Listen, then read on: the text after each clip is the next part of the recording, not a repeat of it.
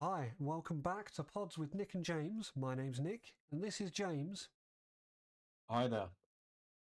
Today, I wanted to have more of a casual conversation, less of a really heavy, fact-driven, research-heavy conversation.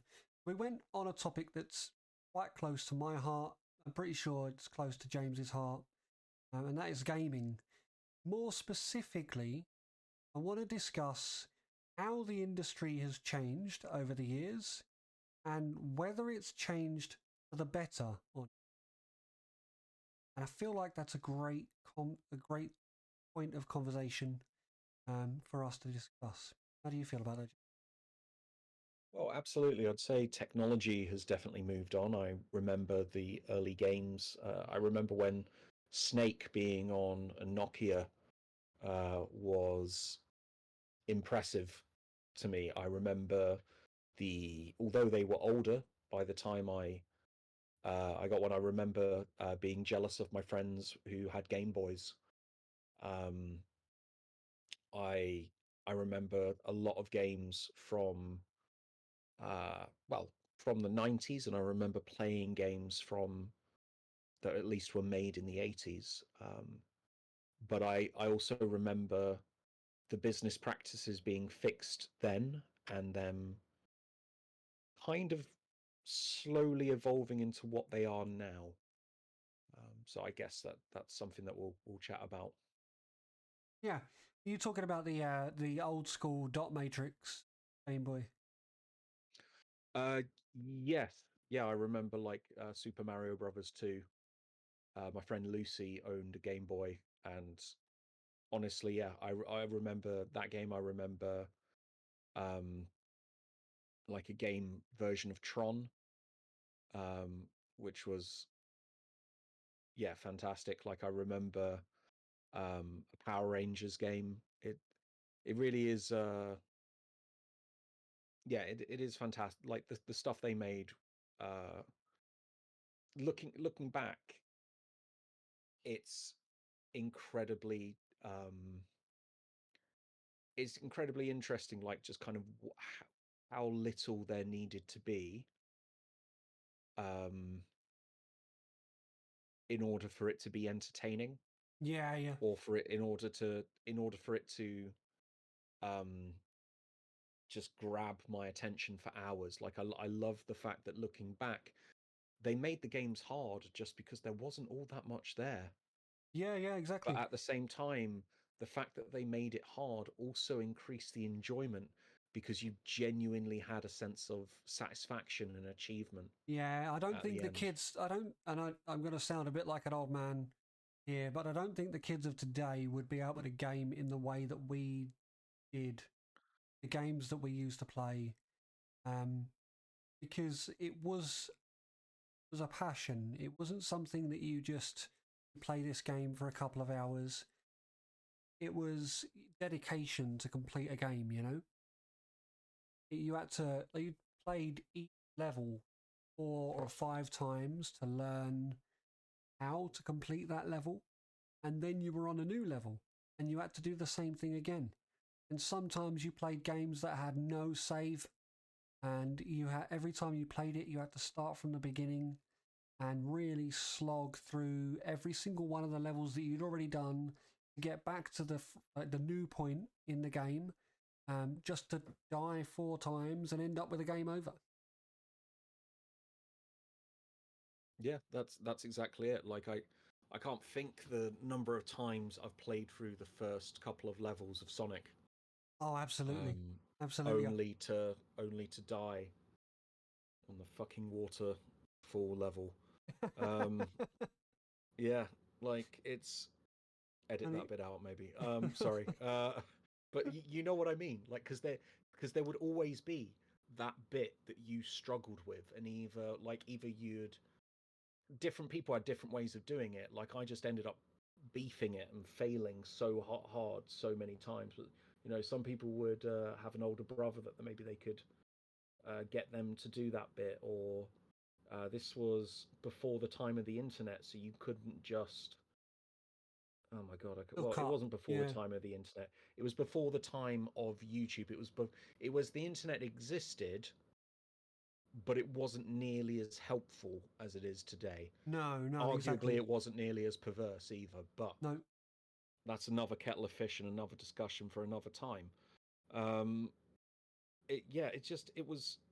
I mean, I remember kids. I didn't own this game, but I remember several of my friends really struggling with the Lion King game. Oh my God, Um, that game yeah, on the exactly right. SNES, on the Exactly. SNES. Yeah, And it's yeah. not. That's it. It's not how difficult that game was. It was the difficulty curve. Because you Yeah, went through like the first few levels and it was pretty easy going, and then all of a sudden you hit the one with the funky music. Yeah, do. Oh, that's the wrong bloody Disney film, but it's a really upbeat music. I just can't wait to be king. That tune, and it was that level. All of a sudden, it was insane. The kind of stuff like the puzzles you had to, like the bloody monkey chucking the lion around puzzles that you had to get through, and oh my god, the hours. And then after that, it was just downhill. Um, like you're so yeah. short on health and so short on lives, and oh, you just die. It's such an That's it. unfair game. But you want unfair game. There was a game on the SNES which I absolutely loved playing, but I'm telling you, it was cruel. It was called Battletoads in Battle Maniacs. I don't know if you ever played it. I'm not sure, but I'm loving the title already. It Anything that replace that repeats the word battle, yeah, you're on to a yeah. winner. Well, for a start, you played as either a frog or a toad that did Yep, martial arts. If it was two love it. player, you had one person as the toad, one person as the frog. The toad was called Pimple, the frog was called Rash. That's how much I've played this game. I still remember the characters' names, for Christ's sake. And then No, that's fine. Sounds like you're hopping mad about it. it was insane. You went through the first level and you're fine. You're beating up these pigs that are flying at you and trying to beat you up. And you get to the end, you have to fight this giant concrete pig. And then you have to fly on hovercrafts. Of course, this is natural like game progression. You fly on hovercrafts through a tree fighting bees, because that makes sense, right? And then you go through a bonus level, and then you hit the hoverbike level. And Interesting. the hoverbike level is just. I mean, you get 3 lives in this game. You get the bonus level, so you can maybe work up a couple more. You get like 5 lives. And even muscle memory isn't enough to beat the hoverbike level. Because like you can get through the entire run. There's like 3 sections of or 4 sections of the hoverbike level. And each Hmm. time you get like a checkpoint, and you if you die, you go back to that point. But if you get a game over, you've got to go back to the beginning, right? Um, and on the last run, essentially these hover bikes, there's like these walls that appear in front of you, and you've got to either jump over them, duck under them, move up or move down to like dodge them, right? And when you get to the final one, it just puts a wall up and a wall down, but it progressively gets faster for about 40 seconds. So you're just going up, down, up, down, 40, up, sorry, down, up, down, 40 seconds of is a progressively huge amount getting of faster. time. Yeah. Yeah, that's it. And And at what level did you start struggling? uh, well, you get. I could quite happily, Was it like even on 20 stream. seconds in, or? Yeah, I mean, with you tend to either get it wrong straight away, so you just hit like the first or second wall, or you get into a flow and then you're like, yes, I'm doing it, and you hit a wall. Like, oh, I've got to do it again. And then every time you get onto your last life, your heart's racing. You're like, oh, if I die now, I've got to start it all over again. And nope, nope, you're dead. And even if you get Yep. past that level, then you've got this really nice like puzzle level of like trying to jump across snakes. You have to cling onto these snakes as they go through these mazes, and like hop onto other snakes as they like glide past spikes and stuff to stay alive. And that's fine. That's doable. That's technical, but it's doable. It's absolutely fine. And then you get onto this roller coaster level where you have to push in the direction that your that the path is. Right? So you're basically holding on to a thing that's attached to the center rail of a roller coaster, and you have to push it along. So if it changes direction, you have to push down and then left and then up and then down. And if you don't if you don't push in the direction, you go slow. And behind you is a rocket-propelled rat with a massive chainsaw on the front of its. Of course, of course it is. Yeah, because this is the 90s. Yeah, and it's so not only did you have to get through the hoverbike level, right, to get to where you are already, you do one more level, and then all of a sudden you're running away from some rocket-propelled chainsaw-wielding rat man.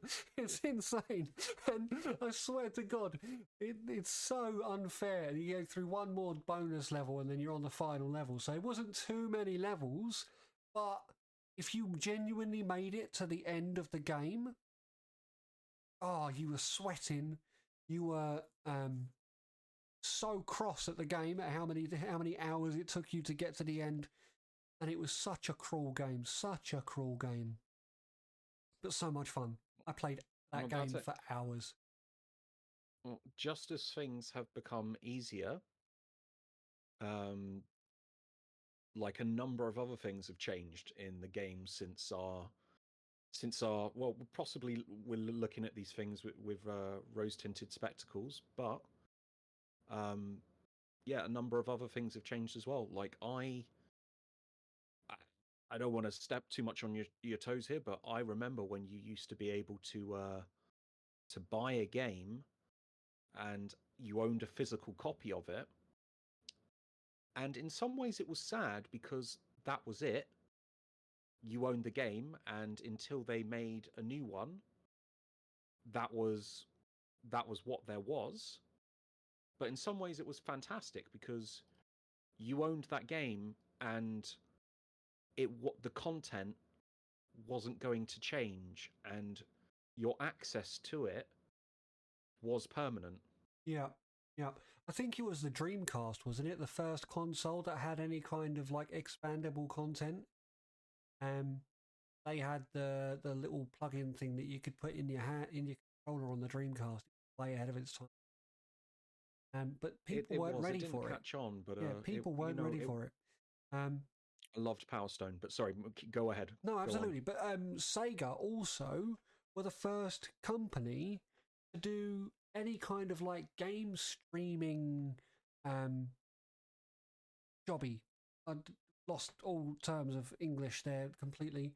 They had the Sega channel. When I was a kid, I can remember my dad had the Sega channel, and like every week you got a different set of games, and you subscribed to it, and like as I said, every week you got another set of games. You had all the Golden Axe games and names some Sega classics like all the Sonic the Hedgehog, you had Kirby, and but there was something for everybody on all Kirby. Why did I say Kirby? Kirby's a Nintendo classic. But you get the idea.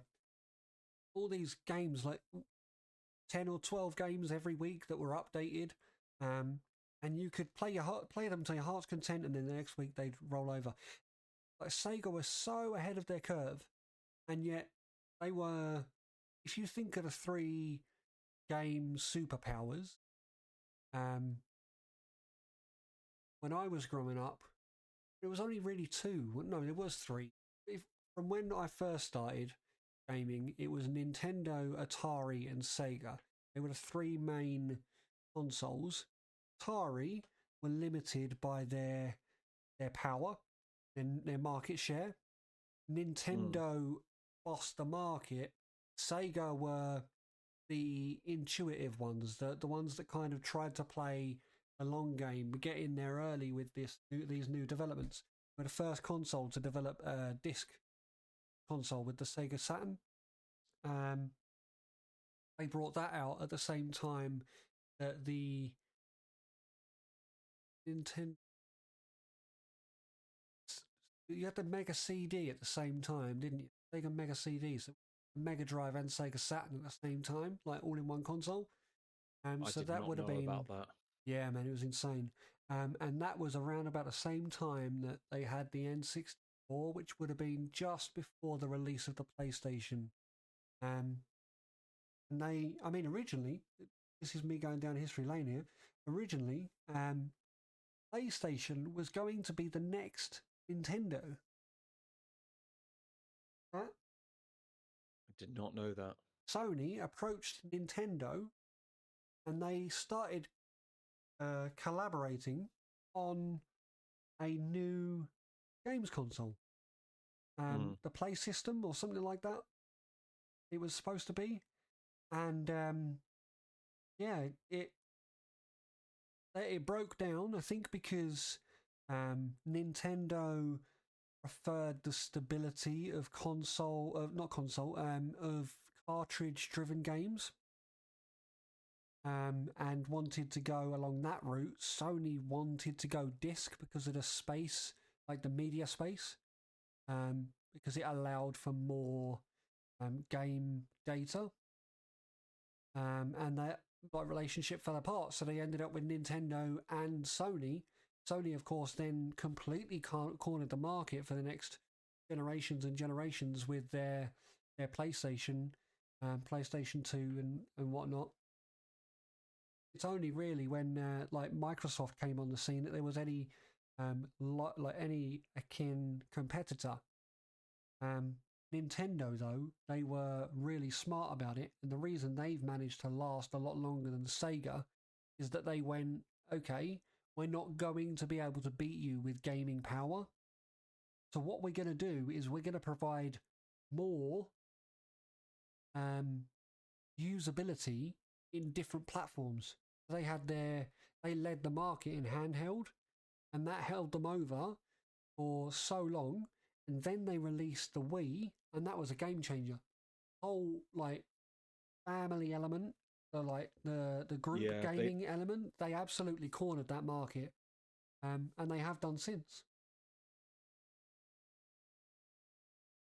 Yeah, like I mean, the Nintendo Wii really was something that we could literally have a whole thing on that, like just Nintendo. They've been inventive. They've taken risks. There's been a couple of times where they've not quite got it right, but like they've really put themselves out there. Like, I mean, you know, Wii Fit did not create a global fitness revolution, but it could have. Yeah, you know, there were people that put used themselves it out in there. that capacity. You see, the thing about Nintendo that I really like is when they've made these intuitive decisions, they've read the market really well. Because if you think about it alongside Sega probably were more intuitive in their own right than Nintendo. Because first color handheld gaming system was Sega. They had the Sega Game Gear. Really? Yeah, they had... oh my god, did not know about that. The Sega Game Gear was out at the same time as the Dot Matrix Game Boy. And really? Yet the Dot Matrix Game Boy cornered the market because it was easier to hold. The battery life lasted longer. Yeah. But the Game Gear essentially gave you that Mega Drive feel in your hand way before anything else could even come close to it. Even when they brought out the Game Boy Color, it wasn't a Game Boy Color. It had coloured pixels. That's all it was. And the pixel, it was still Dot Matrix style, you know, but it wasn't.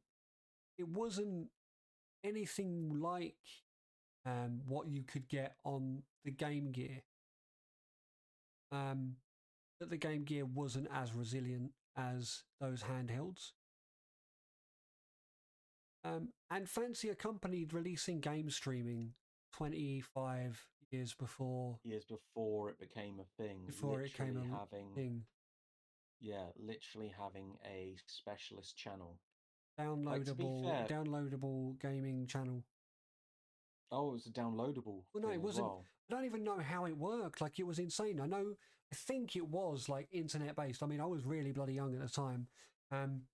think it was internet based. I think you had to connect it somehow, connect to a network, um, and then it would like give you a like catalog of games to go through that you could play any one of them. I don't know how it works specifically, but um, it was way ahead of its time. The Game Gear was a great idea about trying to incorporate um, 'cause the whole cartridge thing that you could plug in that gave you the ability for downloadable content. So gave you the ability to like carry bits of your game around in your pocket like Tamagotchis kind of thing. Mm. And that was insane, but it never caught on in the way that like Nintendo's intuition did. You know? Yeah, that's it. Like they were more forward thinking, but it didn't pan out. No, Yeah. no. I think there were so many things that went wrong for Sega, and they fizzled out in their own time. Um, but what, as I said before, one thing that I did love about Nintendo is they didn't try to compete with the likes of Nintendo, with the likes of Sony or Xbox. They went, okay, you can have that market. We We're gonna will, find a different one. yeah. Yeah. I mean, And that's something of oh, sorry. After they you. cornered the Japanese market, which is huge for gaming, has been Mm. has been for longer than the West. And because they cornered the Japanese market, that managed to keep them in the gaming industry, as well as having the massive market share in handheld. I Mm. mean, nobody ever had a handheld that didn't have a Game Boy, you know. Yeah. Yeah, that's entirely true. Yeah, and then they obviously incorporated the two with the Switch, and that was a game changer. I mean, I love what they've done with the Switch, and I do regret not anteing up the money and getting one, but just it is what it is. Just there's only so many consoles you can really justify owning, especially when you don't. Uh, as you get older, your time becomes more precious and more. It becomes a commodity that you have less of. Um, yeah, it's. I don't know. One thing. Hmm. So you said that the first streaming thing was the Sega Channel. uh, Sega Channel, and you were saying that the first like downloadable content was the Sega Dreamcast. Mm, Um, do you remember when DL? When did what was the first game that you played that had like clear DLC, like downloadable content that was extra to the game? uh, And I don't mean like fan made mods are fantastic, but I mean like official, releasable, chargeable content. I do know this. No, no, no. It's whichever one was for you first. Well, the I don't know first which time game I did it ever, first. I mean, I think the first game I ever played uh, that I ended up buying DLC to play was probably Call of Duty Black Ops 1 Mm, because I wanted the other zombies map. yeah, fair enough. Huge zombies fan. Even now, I still play. Well, it's a fun thing, isn't it? Yeah, yeah, absolutely. It's fun game mode. Um, Mm, so much fun with that. Even now, like I can still go back to Black Ops 1 and play the original zombies. What about you? What was your first okay, experience so of DLC? the first one I was like fully aware of, um, that my brother did bought buy, sorry, was for Fable 2. Oh yeah, oh yeah. In it you could get a number of different armor sets. You could get a couple of, like, it was small, but it was still something that you could download and like add to the game. So my brother paid for that, and he could dress his character as the Master Chief from Halo, Huh. but in the Fable universe. And he had like a rifle which shot multiple shots. It wasn't like full auto, but it could fire multiple shots, which a lot of other rifles couldn't do in that game at that point. And it looked like the assault rifle from Halo. So like Love that it. was my first little bit of that. And then it's interesting how DLC has changed over time. And then it was DLC was used. So the first time I noticed a game cutting content but then including it in a DLC um, was the original Dragon Age game, Oh yeah. which really I don't know, which, if I'm honest with you, I I was okay with to begin with. But looking back, I realize how ridiculous it is, because that game in itself spent a good 10, 12 years in development. Like I remember seeing early screenshots of that game when I was in secondary school, and it wasn't until after sixth form, and after sixth form, after a foundation degree, and after uni, that game did eventually come out. And the fact that they had written these characters which then just weren't in the base game, um, is a little bit silly, Yeah. a little bit, because like, just, I will say that the additional characters that they had, there was like a golem character that you could meet in the dwarven city, and yeah, I don't know, it like that was that.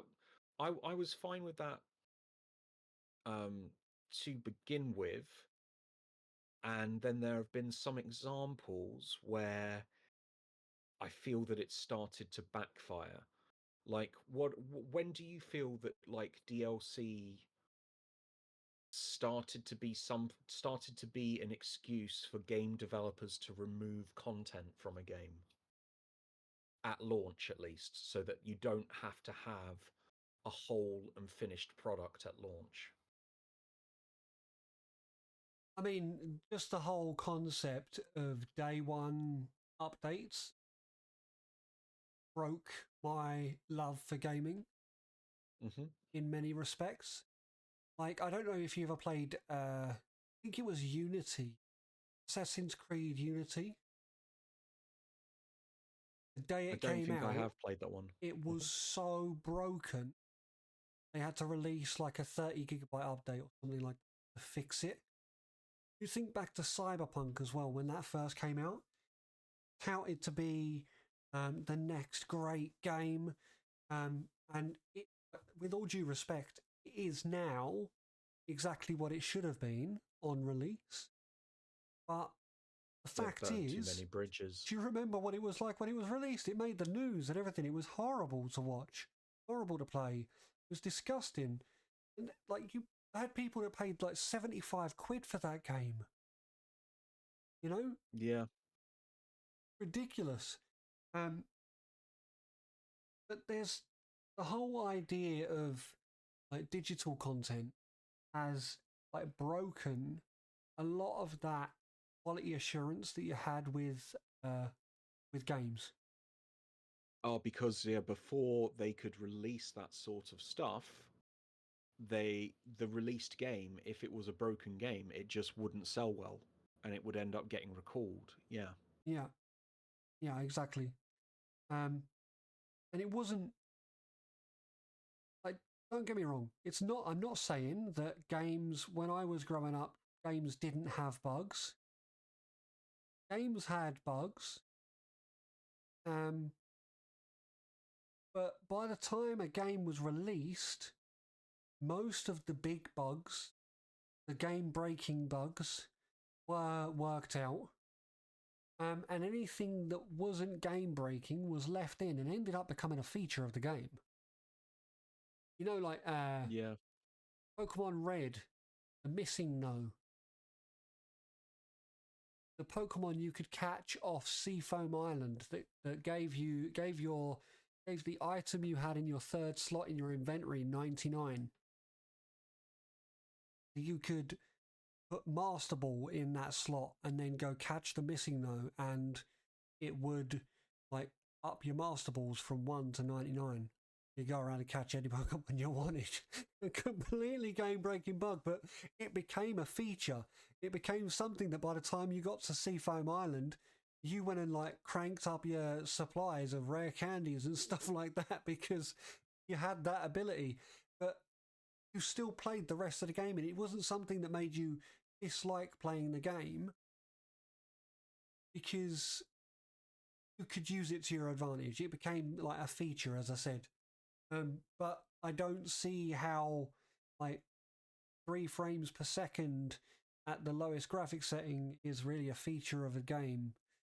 Falling out of the world and falling through the map in the middle of a boss fight is really like, a feature of the game. And they're definitely things that should be out of a game before it's even close to being released. And that comes to another point, really. The delay on game releases are so frustrating at times. It is. Like, I will admit, I'd rather a game was delayed than it be terrible. Like, I didn't play Cyberpunk, although I was beginning to get pulled into the hype, like massively. But just it didn't, I don't know, it didn't grab me quite enough for me to make that jump, and I was so glad I didn't.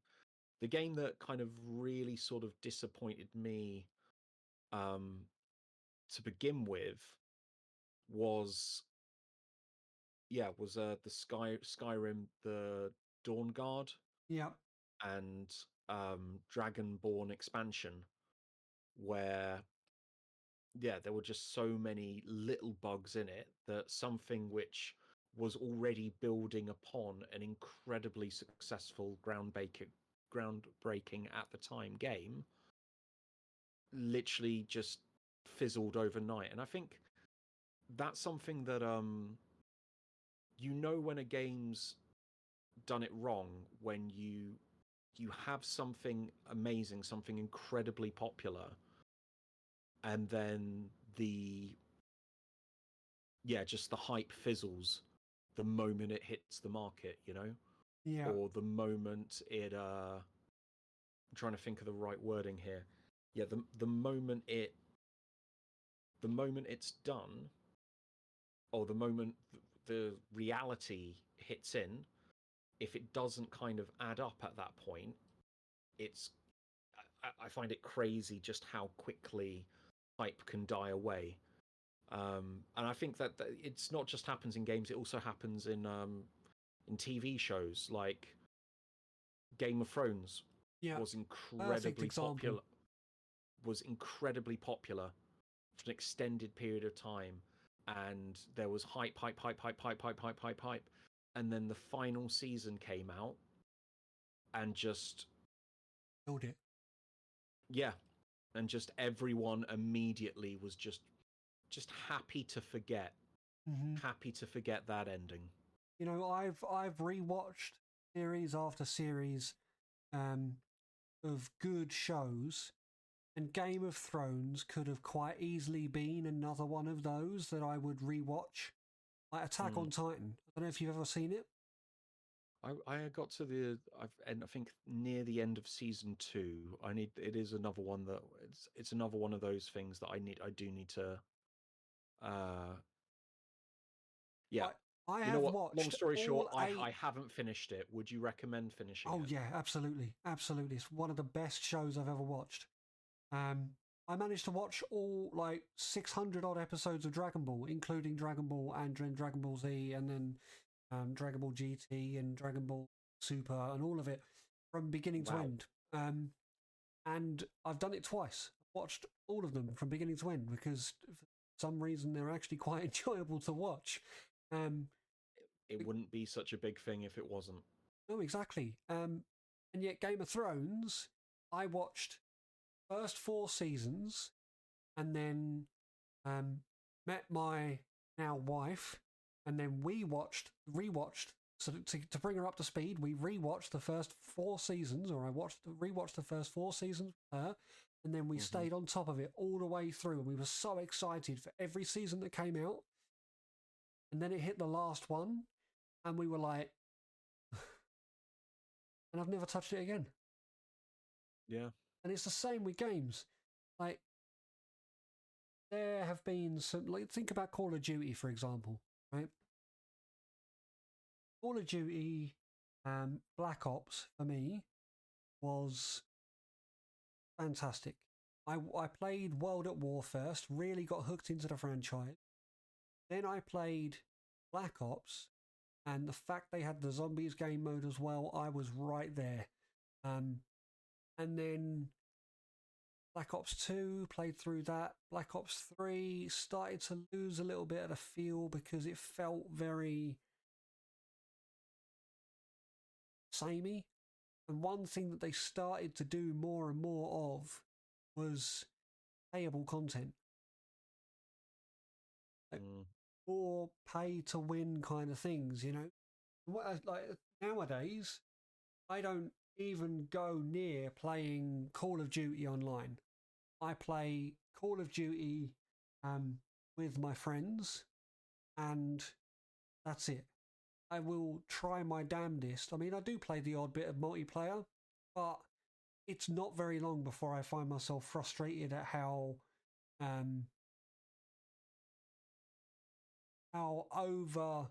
overdone it is, how like no life feel when you're up against people that literally just sit in one corner because they found the perfect place where nobody can see them, and they cap everybody from.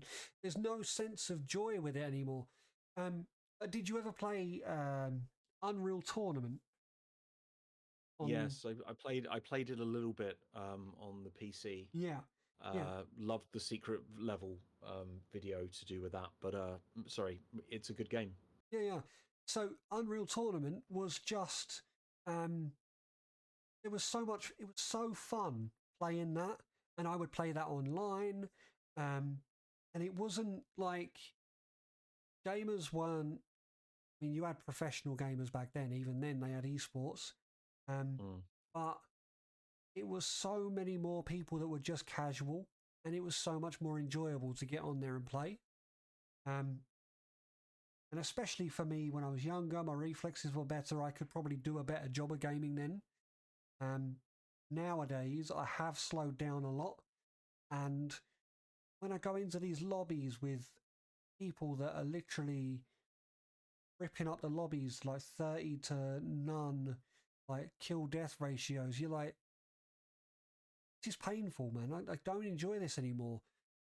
Is there no way for me to just sit in a lobby with a bunch of people that are actually shit at the game and just us have fun?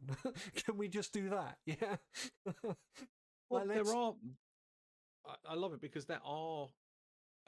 You're totally right. There are communities which do that, and I love that there are servers nowadays for a number of games like Team Fortress and Team Fortress 2. Although those are old games at this point. Yeah. I don't like getting this old, but still. Were good games back in the day, though. Good games back in the day, and additionally, like I remember. I remember I've got a friend Dan, and he like would show me these games, and I loved the fact that there were places in the community where there were totally casual servers, and then more serious servers, and there were casual clans and there were serious clans, and it all depended entirely on the individual to what they liked, what they felt like doing, how they felt like going. Yeah. I mean, I've always loved gaming, but I find myself enjoying single player games now more than I ever enjoyed playing them before. Mm. And I think that's sad. And I think there does need to be a little bit more work done by developers to make it a bit more casual friendly, and like at the same time not detract from those people who want that hardcore experience.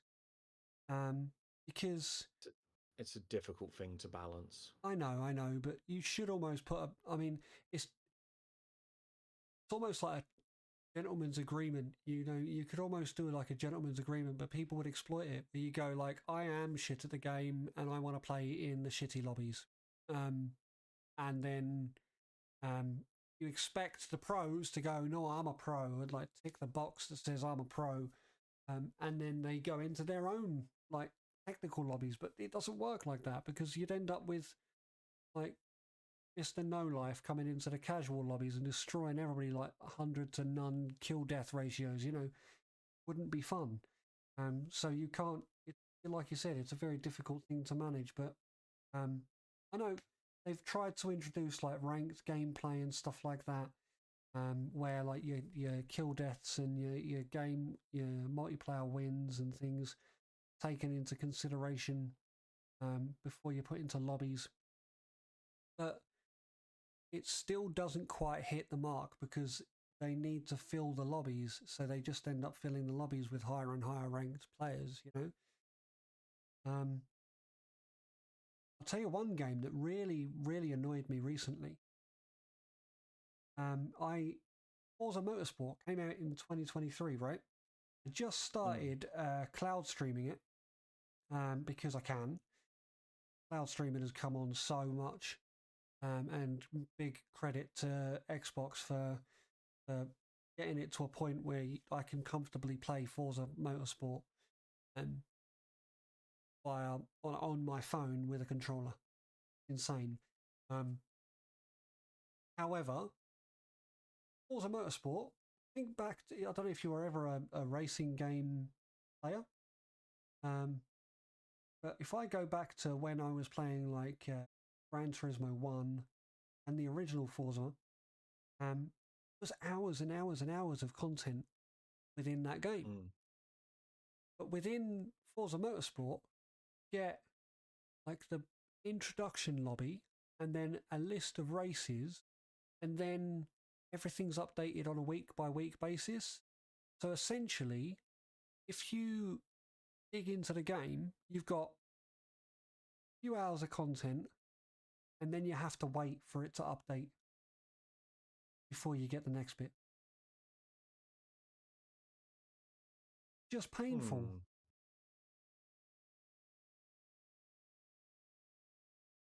Hmm. Okay. That was a tangent and a half. Weren't we talking about DLC? Yeah. Right. Yeah. So no. That's it. So originally we were going to talk about kind of certain. What's the word for it?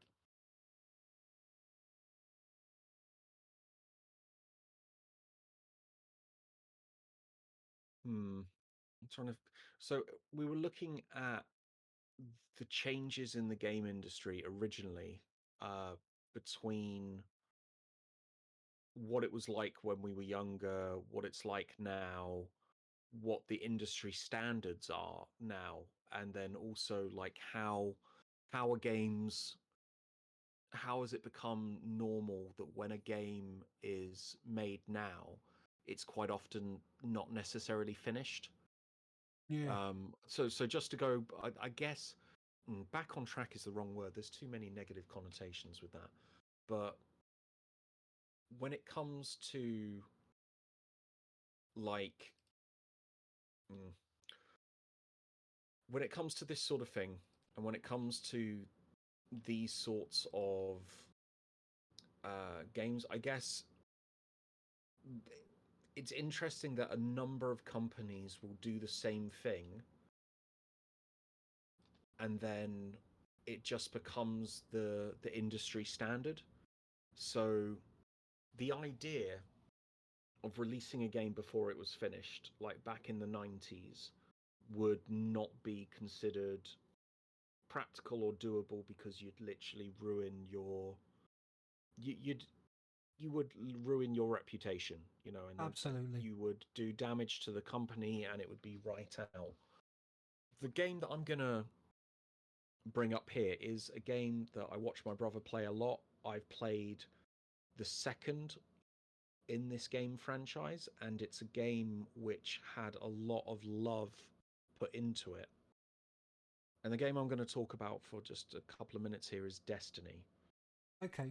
Destiny 1 was released in 2013. 2013. Wow. Um, and what's interesting about it is that they'd been working on it for a while. They had written a number of the story arcs, but they hadn't figured out whether it was solely going to be a fantasy or whether it was going to. It's now, they settled on sci-fi, but there's concept art where it is clearly a fantasy game. Yeah. And they'd put, you know what, they'd put a huge amount of work in. I'm not going to pretend that they haven't. But the thing that frustrates me is that game, when it was released, wasn't finished. Now, what had happened was the new CEO had said, like, they were working on it, and all of the content was supposed to be the expansion, the Taken King, was supposed to be included. The storyline for the Taken King was supposed to be included in the original release of that game. So, like, when the game came out, loads of people were like, oh, well, the campaign's really short. And it was really short because it wasn't finished. Yet there was so much hype around the game that it just seemed like the company thought that they couldn't lose, that they couldn't get it wrong. And I hate to admit it, this is one of the few times where there was so much backing the game that they were totally able to get away with it. It's not something. I don't think it's not like the worst thing that's ever happened, but it is. I find it incredibly sad and incredibly frustrating that somebody would sit down, think about what their options are, think about the amount of work that's gone into a project, and completely undermine everyone's work and credibility by choosing to release it before it's finished. Yeah. Maybe that's just me being incredibly naive, and it probably is. Like, I'm not. No, I don't think it's. I don't think it's unreasonable for us to get upset that too many gaming uh, gaming what are they called, studios, developer studios, are thinking it's okay more and more frequently to just dispose of the whole concept of completing, like finishing a game for day one release. Mm. And the fact that they resold a portion of the story mode in DLC format, disgusting. That's an insult. You essentially paid full ticket price for 2/3 of a game. Yeah, that's it. But this is the thing: the fact that that's now standard, that's the thing that gets me. Like, just the fact that if a company did that now, no one would bat an eyelid. And it's also interesting. So just to give credit where it's due, I watched an episode by Stephanie Sterling. Like, they were talking about how the new tactic that they're going for. So loot boxes are something which doesn't happen anymore. Luckily, well, they do happen, but it's not as much of a no, it's not that it's not a problem. It's just not. It just doesn't happen quite as much nowadays. But like what they've started doing is early access to a game. Yeah. And the idea is that, well, you know, you what you're paying for is you get a few little bits in here, but you are paying for that early access.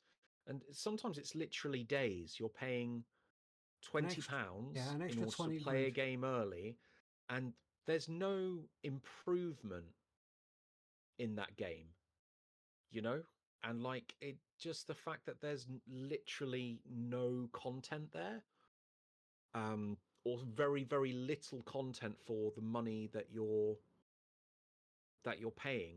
Like when The you thing buy a that I physical think copy of a early access, from my understanding, is just paying for the liberty of quality assuring their game.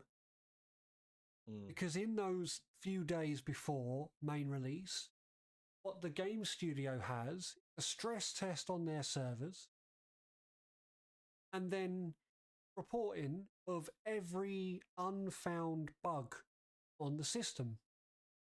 You didn't have to pay developers to or game testers to find, and then developers.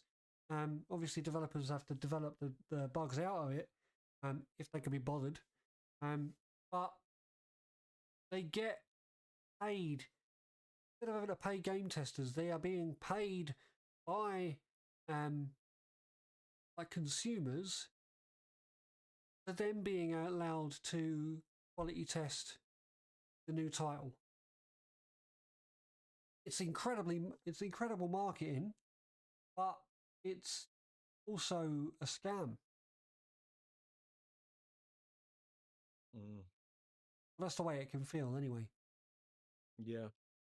You know, and you were right with like Bethesda are probably one of the worst for not releasing a fixed game in a finished state. Yeah, in a finished state, and then relying on patches after the fact. Now, you'll understand if you played much of like Oblivion or Morrowind, they weren't games that could be patched.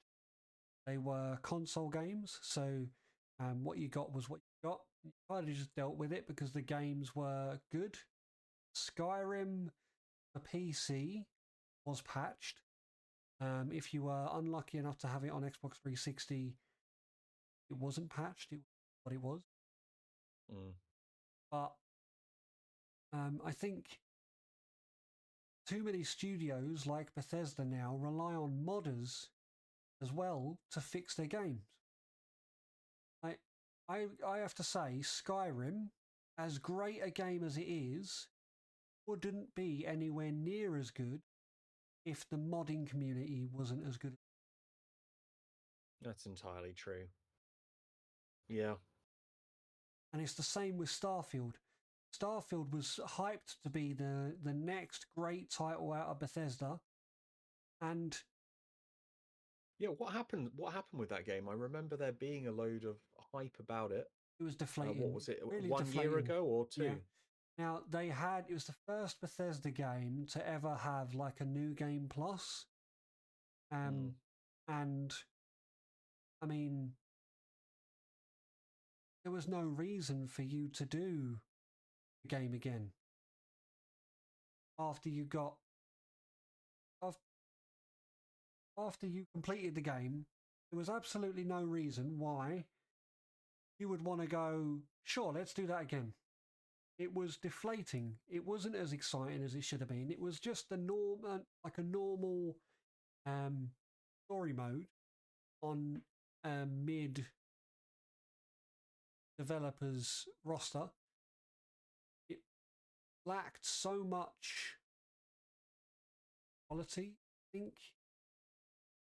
It felt almost Fortnite, almost Fallout ish, almost like Elder Scrolls ish, but fell massively under par. The only thing I think that was a redeeming feature about it was the ship building. I loved building my own ships in that game. Built a giant flying donut because the game's targeting engine was so stupid that if you built a ship with no central hull, then the shots went through. They couldn't hit you. So I was flying around this massive fucking donut. That's amazing. Wait, and you're telling me also that there wasn't inaccuracy. So I mean, you'd take the odd knock, but your shields would take it, right? You certainly wouldn't end up dying. They were targeting the centre mass, and there was no centre mass. That's crazy. It's never the fastest ship, but it was certainly invincible. Yeah, no, but that's another thing, right? How could you not? Why would you not see that exploit? And then either, like there are games where they were like they would see that kind of exploit coming, and they would either accept the fact that that's an exploit that's going to happen and make a joke out of it by adding a line into text somewhere where a character says something stupid, just to kind of say, we know what you've done here, well done. Well, that kind of thing. Or well, to be fair, that's something that they wrote into Fable 2. Yeah. Is they had a number of books and they even had some voice lines of a couple of people saying, Has anyone noticed that several people sound exactly the same? Yeah, that's what I liked about the Fable games. They were never tongue in cheek. Yeah, they were tongue in cheek. They never took themselves too seriously, but that's what made them such good games. But yeah, I mean, they shouldn't be able to rely on like day one releases and patches to fix their games. There should be more, especially when you think about how long it's taken for some games to be developed, right? Let's look at GTA 6, for example. Imagine in years' time when GTA 6 is eventually released. Yeah. Imagine it gets released in the state that Cyberpunk came out in. I'll destroy the franchise. Well, at the very least, it would be a massive hiccup and it would really unsettle. Yeah.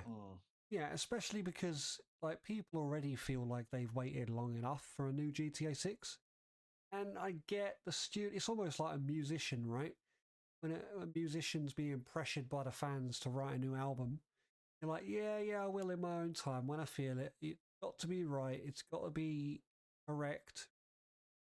Which would be fine if what you actually got out of that artist after the 52 years that you've waited for a new album was actually exactly what they wanted it to be. Fact is, from these game studios, it's not. Yeah. Releasing content just for the sake of releasing content. Like, you look at the FIFA franchise, right? Or what it is now, the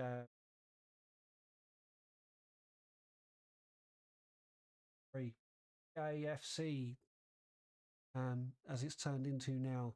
A new title every year, and all it is based on is microtransactions. The same generic end-to-end game, like football game, it has been for generations.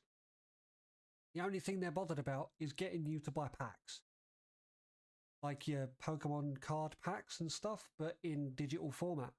And they release a new game every year so that all the money you spent on the last title is irrelevant. Let's do it all over again. There are people that literally spend thousands and thousands of pounds on FIFA. And every year they release a new game, and like a little chipmunk on their hamster wheel, off they go again. I don't care about the content. I used to love playing career mode on FIFA, and yet now it's just boring.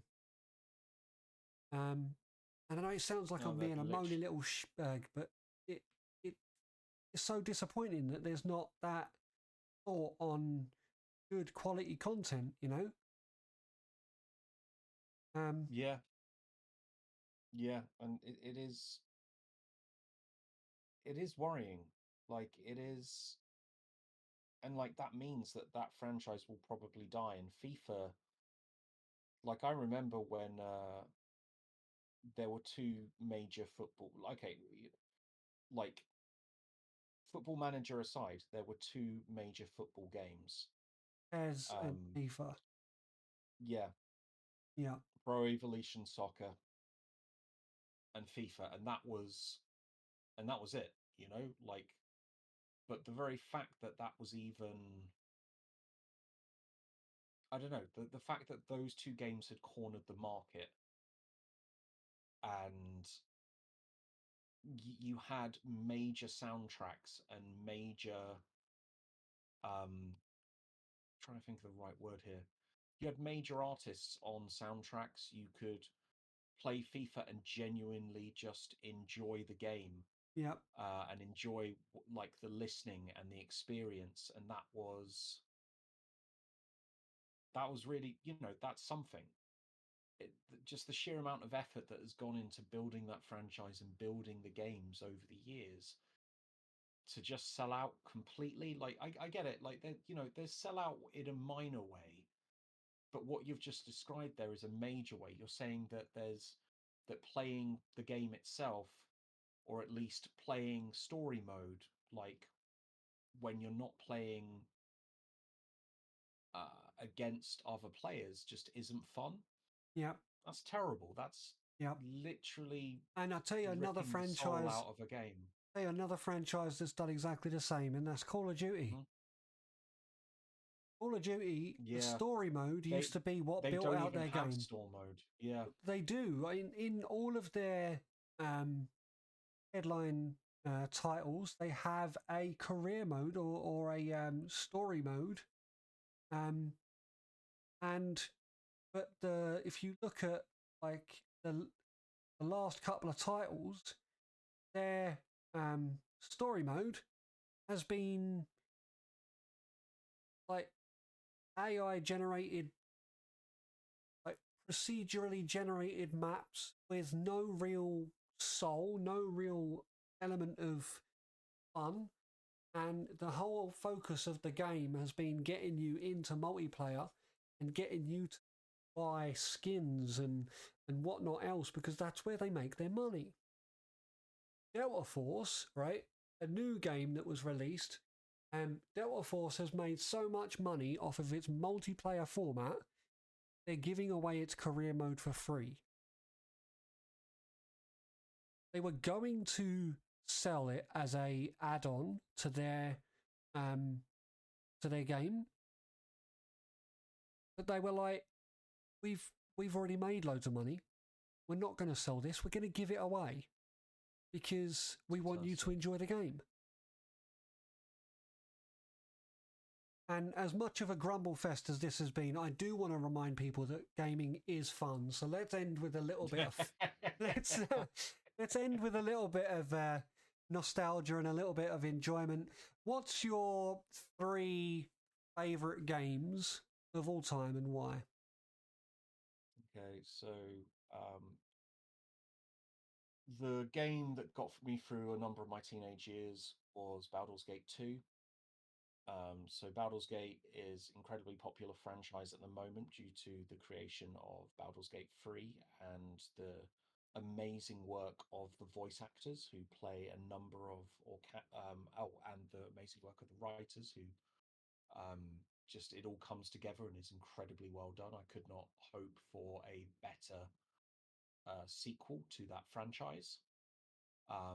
But Baldur's Gate 2, Baldur's Gate 1 came out when I'd just gone to secondary school and was really struggling with the transition of going from a small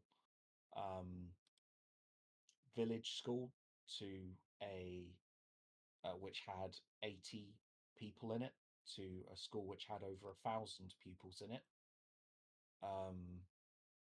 I was not coping well, and that game franchise, or particularly the second one, really kind of helped me out. Let me think of. So yeah, Baldur's Gate 2.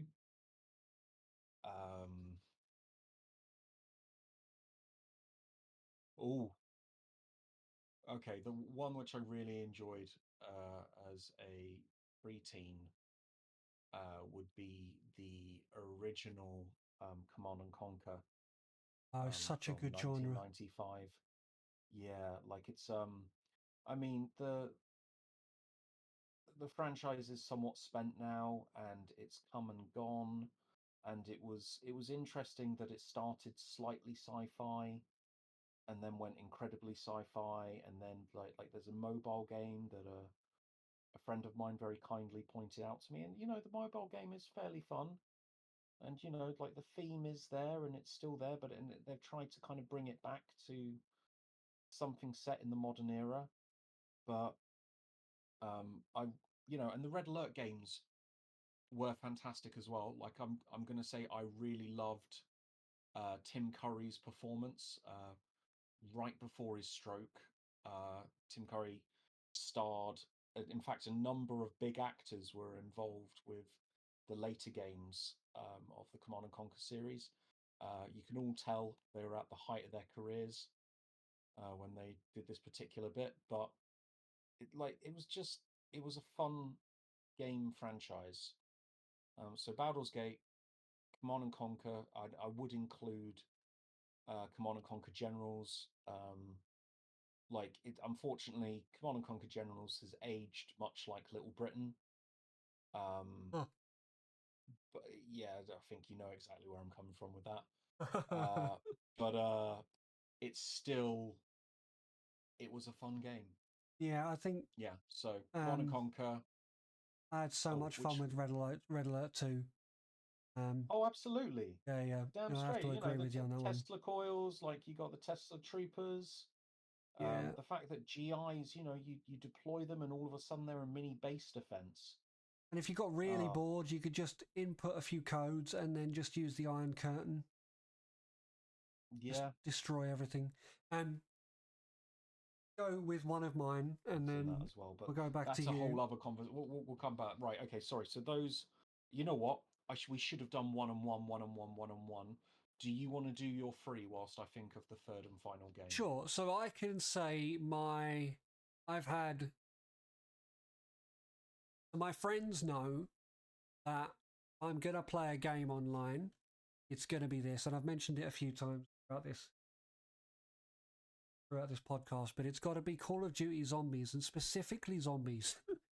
Just because I hate multiplayer elements to games where it's me against someone else, and I prefer the co-op element of multiplayer, where you have to work together, and you can have a little bit of competition. Like we tend to have like headshot competitions and stuff like that when you're playing, and it is great fun to pick apart like each other's gameplay and try and. I used to really enjoy figure out things, yeah.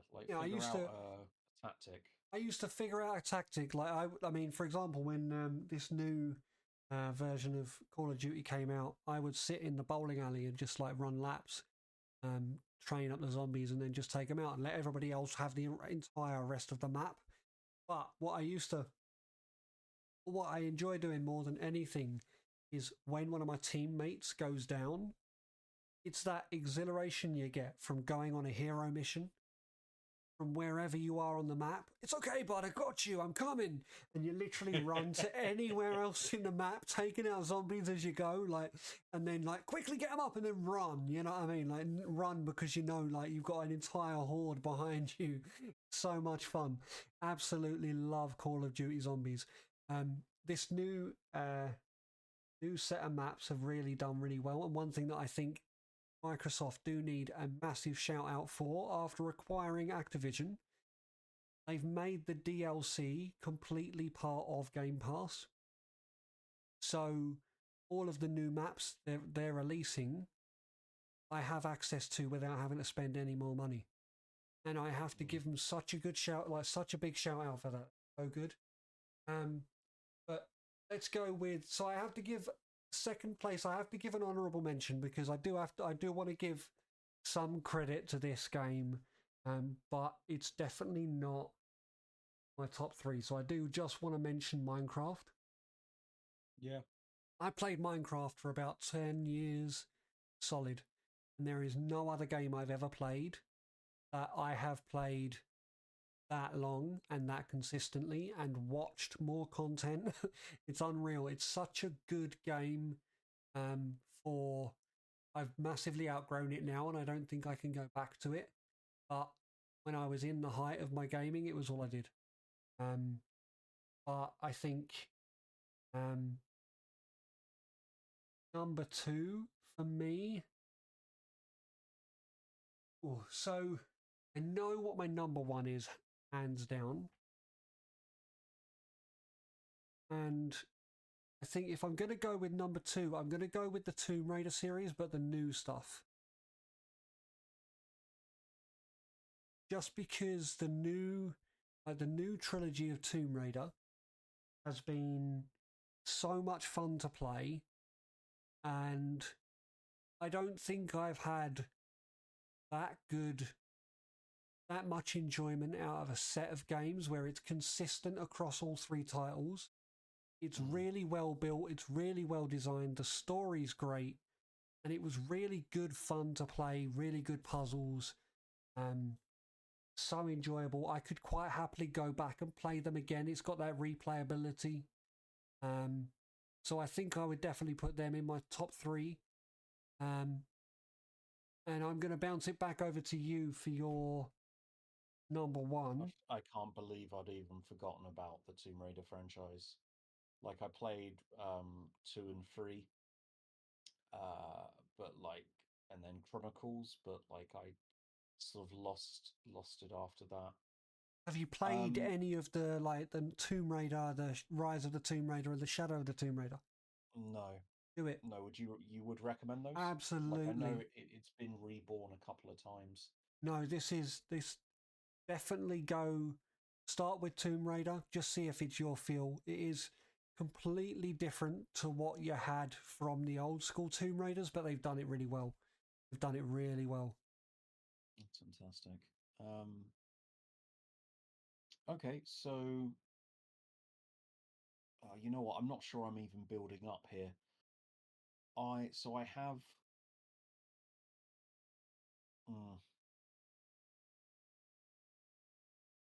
I'm gonna say it probably one of my favorite games is Destiny 2, and that's just because like I played it with my brother for a good couple of years now, and you know, it doesn't always go like perfectly, and it's definitely it really does annoy me that with the season pass, like, so at the moment what they've done is, like, with the story and stuff, they have one of the characters hit you with a really emotional kind of monologue. Yeah. Which, I hate to admit it, just gets annoying the second time you hear it, yet it pops up on every single loading screen until you go and do what that character is telling you to do. The problem is, of course, that you can't do what that character is telling you to do until you've physically bought the next season pass, so that going there does something. And that for me, it really undermines things. But I would say I still love that game simply because I've spent loads of time building my warlock up, and I think about the times that I've gone up and visited my brother, and with like I've brought a TV with me, which is a ridiculous thing to do. I wouldn't recommend it. The more I think about it, the more stupid it seems. But I've taken up my my PS4 and the TV. I shout out to the friends who bought me that PS4. Really do appreciate it. But like, yeah, I've done that, and then I've sat down and we've like played together. And I remember the time I went up there and like we spent hours and hours so that I could get this rocket launcher called the Galahorn, and that was an amazing time. Yeah. Talking about taking your TV to go play video games. One of my greatest memories of playing Black Ops 1 Zombies was the old System Link. I took my Xbox 360 and my TV to my friend's house. We system linked to Xbox 360, played 4-player Call of Duty Zombies for hours. One game lasted about 4.5, 5 hours because there were 4 of us and all of us were pretty good at the game, right? And I mean, the hero missions that we went on during that game was insane. We had so much fun. Yeah, I can remember, like, you just pitch up with having an extra TV in your friend's bedroom or something like that, being able to put your console up next to them and being able It's it. It's exactly it. I suppose it speaks volumes to my flavour of play that my favourite game of all time is actually a single player game. We'll talk about Mr. Billy No Mates. But my favourite game of all time, Final Fantasy VII. And loads of people love that game and love that franchise. I am embarrassed that I've never truly played that game all the way through. Like, I've never sort of owned the right thing or just been into it, but that game is iconic. Like, I've been to orchestra events where they play the Final Fantasy music. yeah, Yet I know that that game has had such an effect on such a large number of people. I can remember playing it in 1996 when it came out. Is it really that old? Yeah, man. I can remember playing it in 1990. Came out. I can remember beating it for the first time in about. I learned how to play properly, and learned what a save point was. And I have since completed that game 15, 20, 25 times. I can't even think. And I've done it vanilla, I've done it modded. More recently, I've done it where they've got the mod for. There's a whole bunch of fans that have voice acted the entirety of the original game, and there's a mod for that. And I'm currently playing through the second installment of the remaster, rebirth, reconstructed, regalvanized Final Fantasy VII. It's fantastic. That's amazing to hear, buddy. Yeah, so much fun. I think that rounds us off, doesn't it, for the end of this podcast? It does. It does for today. So I will say a massive thank you for everybody who has clung on to this slightly extended version of a podcast, but excuse 2 old men as we take a trip down memory lane and have a rant on our soapboxes about the state of the gaming industry. Thank you all very much for listening. I'm going to say good night. So is James. Good night, everyone.